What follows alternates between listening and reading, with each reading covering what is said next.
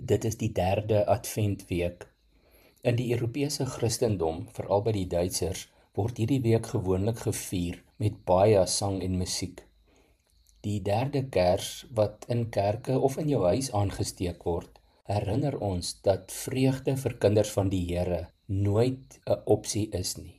Dit is 'n spontane reaksie op die goeie nuus van Jesus Christus se verlossing van sondaars. Hy is die ware lig wat na die wêreld toe gekom het, wat in 'n krib in 'n stal in Bethlehem gebore is.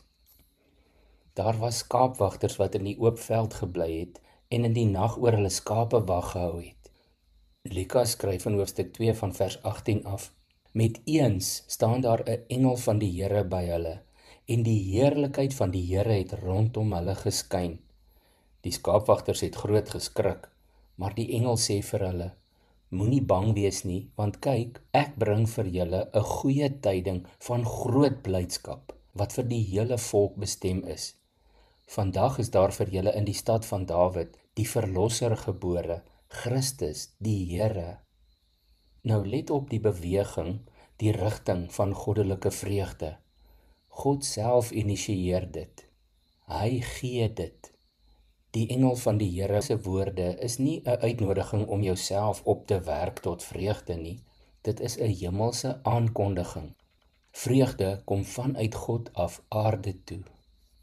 Probeer jy dalk self om vreugde te skep, of geniet jy dit as 'n gawe van God, 'n geskenk direk van hom af?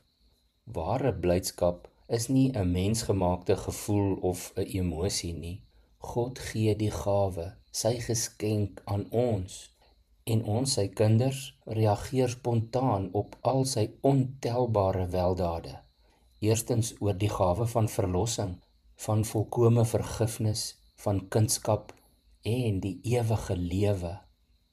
Geen wonder nie dat Paulus dit insluit by die bekende vrug van die Heilige Gees in Galasiërs 5 vers 22.